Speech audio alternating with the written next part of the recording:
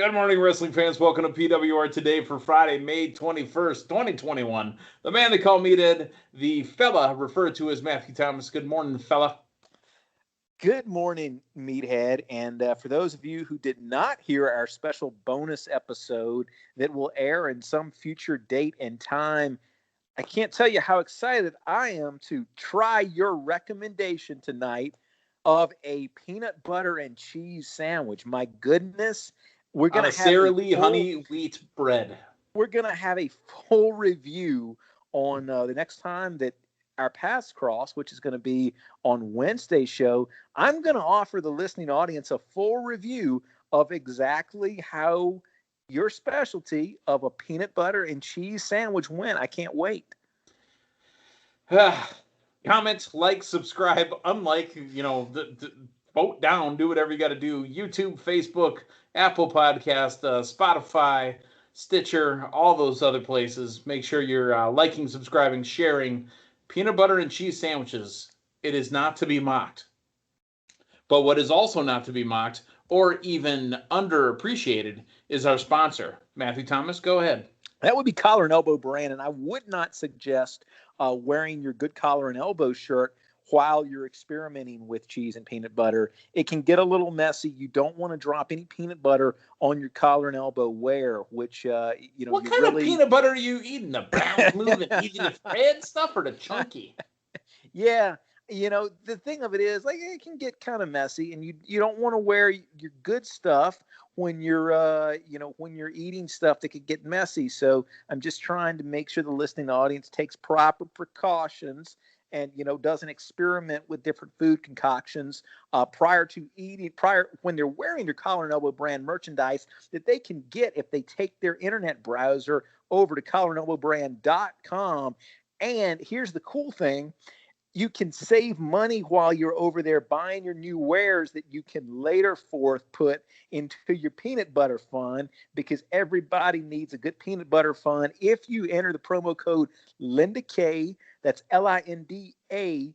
And here's the trippy thing. I was thinking about this tonight. It's never dawned on me. I bet this is going to be an epiphany for you as well, too. If you were to phonetically spell out the letter K, it would be spelled the exact same way that you spell K as in Linda K, K-A-Y. But if you were just to demonstrate to like a preschool or something how you spell K. You mean phonetically? Phonetically, you'd spell it K-A-Y. So if I say, hey, how do you spell K? You would say K-A-Y. Huh? You ever thought about that? Hey, let's spell out for the listening audience what we're going to be talking about this morning. We kind of teased it earlier in the week. It's time. Let's talk A&E documentaries now, and let's also talk Peacock icons.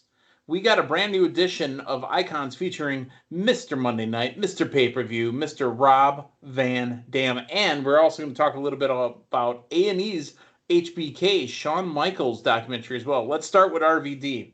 Matthew Thomas, you and I have both seen this, and to be completely honest, I got a lot of information that I kind of knew already. It never went to air, but I did interview RVD. I believe it was right before No Way Out in Milwaukee in 2002. I cut about a 5 or 10 minute interview with him, but we never put it on the air. Yeah. RVD, I didn't realize that he kissed DiBiase's feet. I mean, I heard the story, but I didn't know it was actually on video that he kissed DiBiase's sweaty toe knuckles. You know what I like the best about this, though? And it just shows you sweaty toe knuckles? Yeah, that. And it shows you what kind of a guy RVD is. He gave love to Virgil, man, before he got out of that ring. Did you see him give Virgil a tap? He made sure that Virgil got the due respect that he was reserved. I really like that. You being the big Virgil mark here on the program, so yes, absolutely. But what we're talking about is the $1 Million Man came to Battle Creek, and RVD was at ringside, and they, said, who wants to come in? Rob jumped out, and he jumped in the ring, and, if I'll give you $100 if you kiss my feet. Rob says it was real money, took the money, and he moved on. Hey, that paid for the ticket to the show, man. And I think this was like 89. So using your inflation calculator, Meathead, what is $100 in 1989 dollars to 2021 dollars. $237.14. That sounds about right. Even if that's not official, I believe it. Mark the tape. It's official because we don't do math on the air. and if you do convert that to Thomas tender, it's actually 77.35 in Thomas tender. In Thomas tender, I'll give you one Shroot buck for all of that. Yeah, I gotta research the conversion rate of Shroot bucks. Well, to Thomas I'll tell tender. you what, I'll give you $1 billion Stanley nickels if you just leave me alone. But then we rob the listening audience of our wonderful camaraderie. There we go. So we got the story of RVD and, kind of being involved with what was going on in ECW at the time. We had a good working relationship, the Pro Wrestling Report did, with ECW. Damien was able to do some documentary work. Actually, I believe he was working with the local PBS channel. Got to go ringside and do some work when ECW on TNN. ECW loved Milwaukee, and they filmed a couple Friday night, TNN shows. They also did, I want to say it was Anarchy Rules, possibly in 2000 as well. That pay-per-view was live from the Eagles Ballroom in Milwaukee, Wisconsin. And here's the irony of it. Matthew, I know you said you had stepped out of wrestling at that point when ECW was on the air, but this, for those ECW Extreme Championship Wrestling fans, this is the pay-per-view where the lights went out for about a half a match. And they were wrestling in the dark. That happened actually at the Eagles Ballroom, the rave downtown Milwaukee. So I loved ECW. I really did. And, Rob Van Dam was a unique individual. The thing I appreciate and love about RVD so much is that RVD was going to do his own thing. Yeah. Wasn't going to let anybody tell him, maybe you should be this or maybe you should be that. RVD, if you listen to the training, obviously, he trained with the original Sheik, Sabu's father, had a little bit of training before that. He and his buddies learned a little bit of, martial arts, and that's why RVD has that unique style that he had, right? So they accused RVD of being a little snug in the ring, and I think back to a match that Angle and RVD had, and Angle was kind of running him down, said, he hits a little hard. Well, this isn't ballet, boys. So, I mean, Kurt, I understand that, you're used to real contact Olympic sports, but in WWE, you were used to not being hit. Well, RVD hits. So, it was nice to see. I enjoyed watching RVD. Robbie V also spending time in WCW, debuted on WCW Saturday Night a few times. Matthew, your thoughts on RVD and his run through ECW up until ECW was sold to WWF? Yeah, I mean, I think they hit the nail on the head when they said he's quintessentially, the Hulk Hogan of ECW. I mean, put him Bruno where Sammartino. Yeah, Paulie said that. Yeah, put him where you will. I don't think there's any argument that he's ECW Mount Rushmore, without a doubt. I don't think there's anybody within the confines of professional wrestling that can argue that he's not. And he is really. And the cool thing about RVD in ECW, he provided much of a different type of style than you typically associated with ECW. I mean, he was the high flyer. It was the finesse, much more so than, your typically kind of what you think of ECW blood and guts. And I mean, there was some of that, I imagine. Well, when we go back and think of ECW, we think extreme and we think bleeding and guts and chairs and flying mannequin heads. Yeah. But, RVD, and I think that he may very well have gotten some additional eyes on the product just by his outright athleticism. And, you go back and you look at the RVD Jerry Lynn series of matches that you can really that was put a up there. year-long series. Yeah, Holy smoke. you can really put up there with anything that's ever been done in professional wrestling. And my goodness, just watching some of the highlights on this, the backward kick, like the reverse jump off the turnbuckle to the backward kick on the chair, stuff that you've never seen before, never see again. I don't know that I've really seen anybody else do as many audience spots as he did, where he's going from the turnbuckle or the apron to the audience. I mean, it really made me want to go back and watch that Bigelow match that they were talking about. Yep. Where he finally won the TV title. Yeah. And I think RVD it didn't get discussed a ton in the documentary, But you've got to look at how that style really changed WWF at the time and professional wrestling in general. I think he was one of the really front runners to get a lot of that, high flying extreme style over. And I think you really go back and you look at that 97, 98 time period in WWF. I think they started picking up on it, and it really changed the game dramatically. Yeah, and ECW obviously doesn't get enough credit, even though they've been getting credit over the last 10, 15 years of really launching the smaller guy, the Lucha Libre style, because all the WCW's Lucha Libre stuff, the Rey Mysterios, the Psychosis, Juventud Guerrera, those guys really all started launching from ECW. So, the the Mexicools, man, I miss the Mexicools. He's not just crazy, he's super crazy. Yeah. And I don't think a lot of people talk enough about the runs that predated famous WCW runs, whether it be Mysterio or Jericho or I believe Guerrero. Eddie and Benoit. Yep. They were both over there prior to the WCW runs, if I'm not mistaken. Yep. And a lot of times that kind of gets lost in the shuffle, and people, people run with the fact that Pillman. Yes, and they really gave Austin that landing spot from same thing with Pillman. It served really as that intermediate landing spot in between WCW and WWE. And you go back and you watch Austin stuff.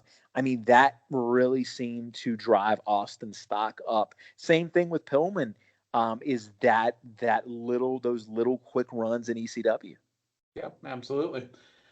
So let's talk about the Rob Van Dam post ECW coming into the WWF at the time. Rob Van Dam was one of the few that did that leak over where, and Vince said nobody knew at the time that I was subsidizing ECW and putting money into their, coffers to help pay for the talent. Rob Van Dam went over and he had a different style. He was basically, propped up by Jerry the King Lawler, because RVD was a heel at that point, Mr. Monday Night, if you will. But when they came back and did the invasion, they wouldn't have been able to do this without RVD. RVD was the face of ECW. For example, I'm looking at ECW Hardcore Revolution, the video game. They even had 2 video games. They had Hardcore Revolution and ECW Anarchy Rules. Now, here's the sad thing about it is the video games from Acclaim were nothing more than WWF Attitude copies. They literally were the exact same game, just with new names. And I mean, the ECW Hardcore Revolution, for example, had, just play-by-play by Joey Styles, the entire game. Joey Styles was another guy that doesn't get a lot of credit for doing what he did for ECW. Oh my God! Yeah, and on the subject of the video games too, I'm sure you remember, but I remember the buzz that was what was the WWF game before Attitude? Do you remember? It was. Are we talking about the Nintendo 64 games? I would have had a PlayStation at the time, so I think it was I think it was N64 and PlayStation, if I'm not mistaken. But it was Austin on the cover. It would have been. That was Attitude. Was that Attitude? Okay. Yeah. Okay. The best game of that era, obviously, and any game player will tell you, was WCW versus NWO. Yeah. Which then they went over. It was THQ that did that. Then they went over and bought the WWF license at the time and gave you WrestleMania 2000. I do remember the WCW versus NWO N64 game. I did not have an N64, but I had friends that did, and I remember, for that time period, man, the gameplay and the storylines and everything on that was pretty outstanding. That was around GoldenEye time, right? That was exactly the same era.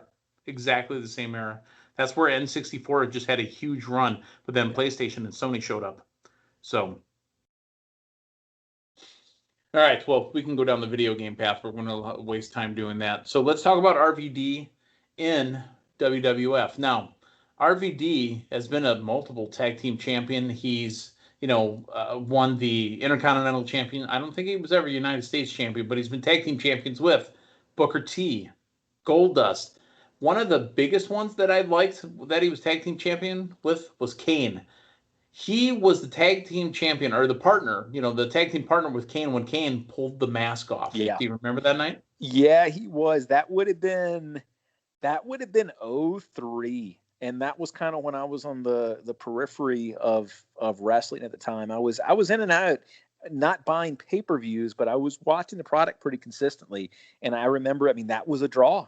I think it would have been the summer of '03. I remember watching that long overrun on Raw to see Right. what this So dude long that it really, even beat my DVR. yep, to see what this dude really looked like without a mask. And of course, that first one, remember, we had I think we still had did we have something like the fake hair attached or something? And we had like Yeah. the black soot under the mask. Yeah. He Yeah. had soot on his eyes. Yep. Yeah. They were supposed to be burn marks. Yeah. I mean, they, to their credit, man, they made that feel like a big moment. That moment was huge. I mean, absolutely huge. Yeah. The fact that he was there, like I said, when Kane ripped off and Kane just snapped. What was the day that we're not supposed to bring up to Kane? Do you remember? Oh man, no, I don't have that in my memory. I don't know, but I think it had something to do with Katie Vick or the movie or something like that. I don't remember. And I mean, that summer, I think in the build up to that summer, we also had the Shane McMahon feud and the jumper cables on testicles and whatnot. I think that's around the same era. Yeah. Yeah. Jumper cables on testicles. Because that's wrestling right there, folks. That's zombies and jumper cables on testicles. So I think the title of this episode is Jumper Cables on Testicles and Peanut Butter and Cheese Sandwiches. That's right. Don't forget your Undertaker Kale connection. That's right. Take it to the top of iTunes. Take that, Joe Rogan.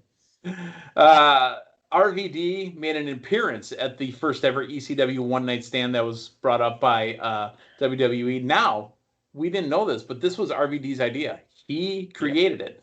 He was accompanied by his former manager, Bill Alfonso. Fonzie, right down the middle, Barry. He, stood up, obviously, for ECW and criticized the way he was booked in WWE. That wasn't a shoot, or that wasn't a work. That was a shoot.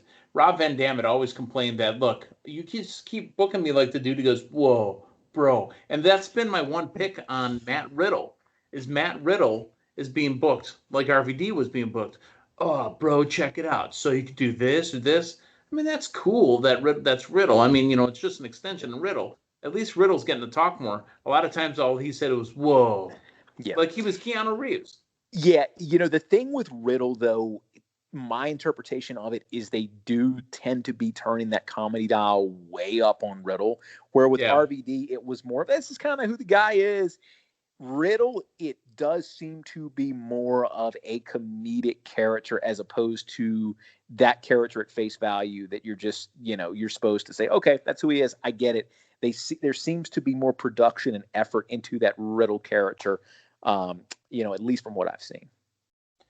All right. So let's talk about the Money in the Bank winner. And that was at WrestleMania 22, I believe, in Chicago. Not only was it that he won the Money in the Bank, he went right to John Cena and says, you know what? I know everybody else likes to do this sneaky thing. I'm going to tell you when I'm going to defend, or I'm going to cash it in. I'm cashing in at One Night Stand, John Cena. And that is the infamous Cena wins, we riot match. Yeah. Well, I think that was the beginning of the end of ECW, to be honest with you, even though the show hadn't started yet. Yeah.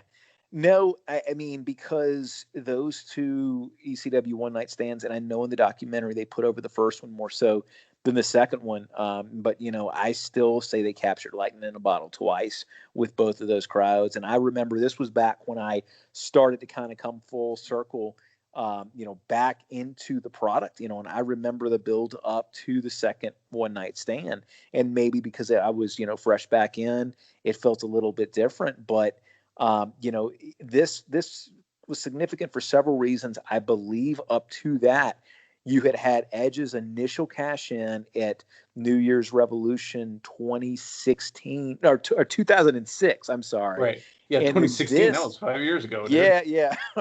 Everybody remembers that, right?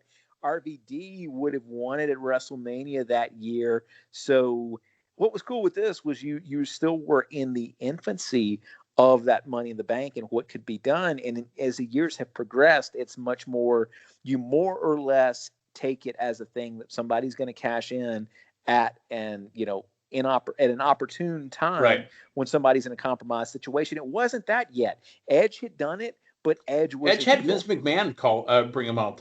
Because Yeah, I don't know if you remember, Cena just battled Umaga. Yeah. Yep, Cena just defeated, or was that that was the Elimination Chamber though, wasn't it? Or a cage or something? No, it was New Year's Revolution. Okay, but I thought they had a chamber there that year because they didn't have the gimmick specific pay-per-views at that point. But yeah, I mean, Edge had taken advantage of that because he was a heel. But RVD, a face at the time, he's going to do the honorable thing and tell him, firsthand. And they built it to a fever pitch. And you're right. I mean, that looking back on that, very hostile environment for Cena. And this was 06, man. This was peak Super Cena. A lot of people not digging what they were doing with Cena. And you were talking to not just WWE fans. You were looking at ECW fans that were pissed that Cena was there in their building. Now, what really tainted the win for Rob Van Dam was the fact that they had to have Edge do a run-in. Yeah. And did they leave that out of the documentary, or did I turn the opposite way? Because I don't remember seeing Edge hit the spear and riot gear on the documentary. It looked like I didn't see it on the documentary. Yeah, they kind of omitted that. But yeah, I mean, regardless of how it's kind of cast now, that was a freaking big moment, and it was them putting their main title on RVD, a quote unquote, ECW Not guy. Not only their main title, but they also let him become the ECW World Heavyweight Champion and said he's going to defend both. Yeah, and I really remember back at the time, they didn't show it on the documentary, but RVD being fascinated with the fact that the WWE title spun. Yep, I really like that. I'm going to keep it because it spins. Yeah, I really like that time period. And my goodness, these are two of this and then Bryan's title run, had he not been injured, in his run in 2014 are kind of my two big, two of my big what ifs as far as WWE title reigns of the last 20 years. Had you not had that legal trouble that he and Sabu got into, what would that RVD reign have looked like? Yeah. RVD also winning the TNA World Heavyweight Championship once in 2010 during that relaunch when they were going to go head-to-head with Monday Night Raw. Yes. And then they basically, you got about as close to a murder angle as you're going to get in wrestling with Abyss attacking him with, was it Janice? What was Abyss's big freaking board of destruction? Like, I think that was it's Janice, right? Do you know where you got that from? It's Dixie. It's like Dixie's mother or something. Is that right? No, The Walking Dead. Lucille. No, Janice. No. Go back and search the origin story. I think it might have been a montage of that, but I think that Janice actually has a correlation with Dixie's family. Okay. Well, I mean, Dixie's family's in wrestling. They've got EC3, so. Yeah. Or maybe I just read that on thedirtysheets.com and they were wrong. But, what I am excited, I don't know if you heard about it or not, but my two favorite rumor mills, Buckle Banner and thedirtysheets.com, they're actually combining now. They're merging to one. They're just going to be the Dirty Buckles. Gotcha. Hey, so something they didn't talk about, RVD is doing other work. RVD has got a huge list of films, and he's done some voice acting as well. Take a guess at some of the stuff that he's done. I think he was in Toy Story, if I'm not mistaken. No. Oh, you told me to guess. I guessed. So, no. He was in Black Mask 2, The City of Masks. He was also on an episode of City Guys. He's also been in Sniper Special Ops and Traveling the Stars, Action Bronson, and the Friends Watch Ancient Aliens. He's also done some voice acting in the Saints Row the Third video game. He was in Saints Row the Third and Saints Row 4. Yeah, I want to go and watch the Sniper one because that's probably going to be some good acting because I don't readily associate RVD with sniping people.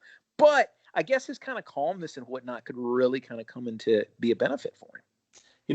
What I really enjoy most of all is, the story about Ivan Putski, Polish Power, and to find out that RVD is Belgian and Polish. So, us Polish people, we got to look out for our own. Yeah, you know what? We need to get you to start your free trial to Ancestry.com.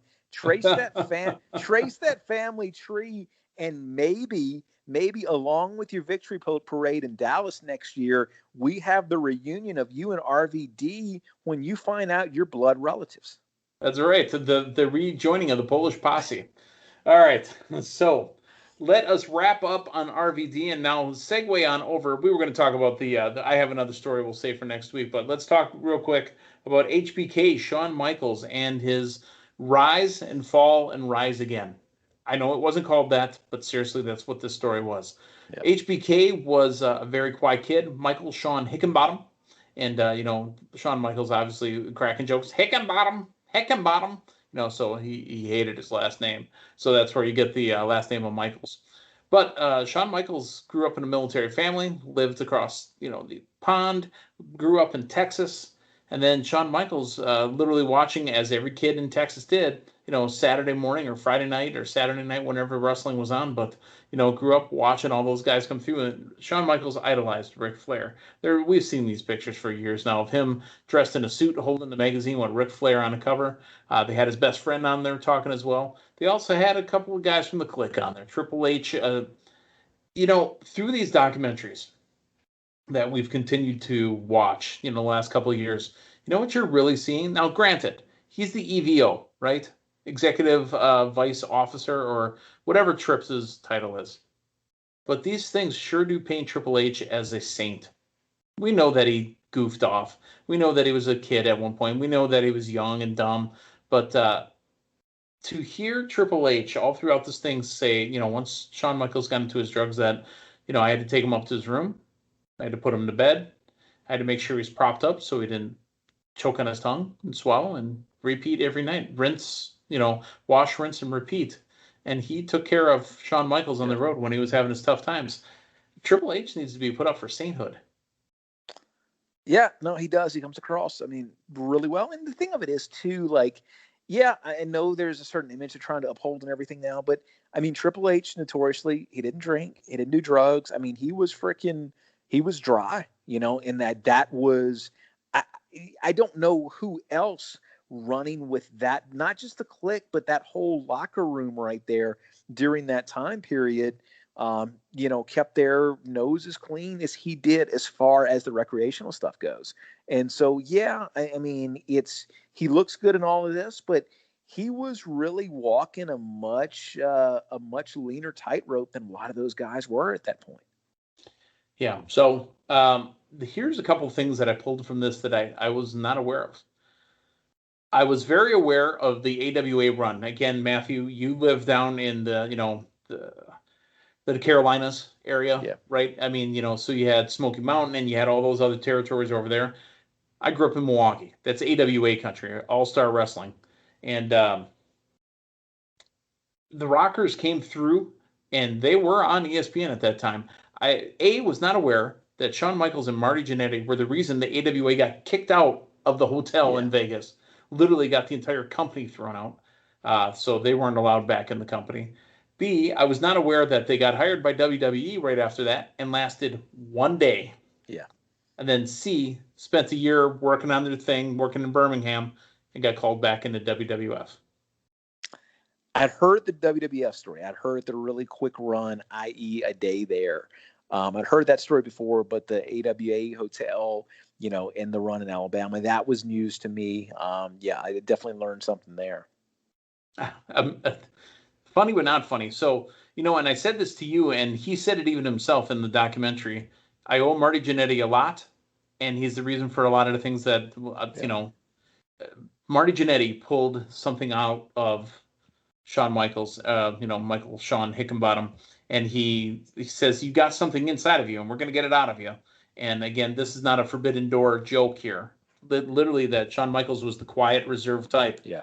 And Marty Jannetty, I almost said opened him up. Marty Jannetty really got Shawn Michaels to shine, but it went too far because, and we heard this on the, what was the name of the HBK and Shawn Michaels story that was on Peacock? Dudes with Attitudes. Yeah. That's funny, man, because my memory keeps getting crossed with something else that I've watched recently, and that's exactly what it was. It was two dudes with attitudes, and literally the phrase was when Shawn Michaels brought Kevin Nash over to WWF, he says, look, I'm just going to put this out there right now. I'm not really well liked in the locker room and all that. He's going to rub off on you, just so you were. Nobody really likes me. And Kevin Nash says to him, I got your back, brother. So, again, look who's coming off, like not a saint again. It's Triple H, obviously, making his Click Boys look good. But, Kevin Nash is a great guy. I mean, we've met Kevin Nash personally. We like Kevin Nash. He's a great guy. So, let us talk now about making it all the way to WrestleMania 14 and the pain that he was in.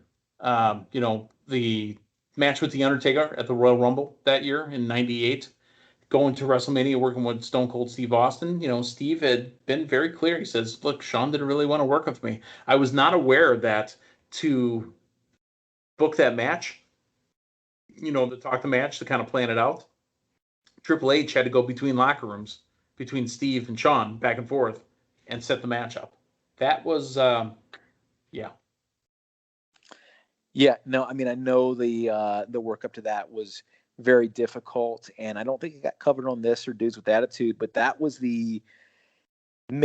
was that the public workout in Times Square or wherever it was where the battery got tossed? Do you remember that story? So. Yeah. Yeah. And I remember, notoriously being difficult for that. I did not know that they were practically not working together on the match. That was Triple H being the go-between there was the first I'd heard of that. And, also, too, I want to add in this documentary, it's been discussed, it's been alluded to in Michael's biopics and stuff that they've done. But this was by far and away the most candid that have heard Michael's talk about his drug issues. And it wasn't referred to as these broad terms. I mean, like he's working on his rehab. Demons. I mean, yeah, exactly. That, and I mean, he was straight up saying, yeah, we were doing coke there, and we were doing this, and we were doing pills, and we were doing somas here. There was a lot of specifics, which I give him credit for opening up about. Yeah, and I know we just skipped over it technically, but the Montreal Screwjob. Again, there's Triple H. He was out there running interference. Because if you watch that again, I mean, we can go back and watch the Screwjob over again. Once once HBK rolls out of the ring, Triple H has got his arm around him and walks him out the door. Yeah. And the thing of it, with Montreal, as intriguing of a subject as that is, and I will watch, if there's a new documentary that drops after we finish this podcast, I'll watch it immediately. But I don't know how much more there is that can be said about that hasn't already been said. Wrestling with Shadows had that pretty well covered. Yeah, and that was 20 years ago, 25. Yeah. I mean that was filmed 97. So that probably premiered in the late 90s. So that's been in the can, possibly 2000. Yeah, that's been in the can for a long time. Yeah. No more Tony Khan in the can Forbidden Door stuff, right? All right. No, none of that. Another thing I learned that I did not know today, I learned TIL that the day that Vince McMahon announced he purchased WCW on Monday Nitro and Monday Raw, Shawn Michaels was backstage. Yeah. At that show, just belligerent and snapping on people, and went off in Triple H, and they had a shouting match. And there was about a 2-year gap where those two didn't talk to each other. Almost broke my heart.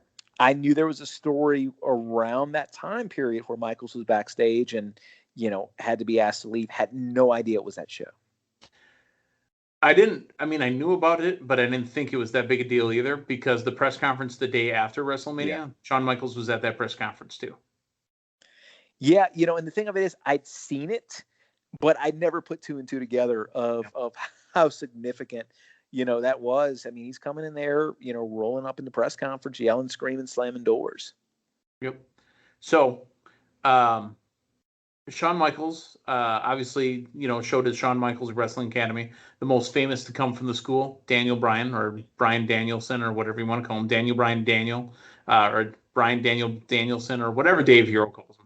But, Daniel Bryan went to that school. I love the story of seeing Whisper, his wife, Rebecca.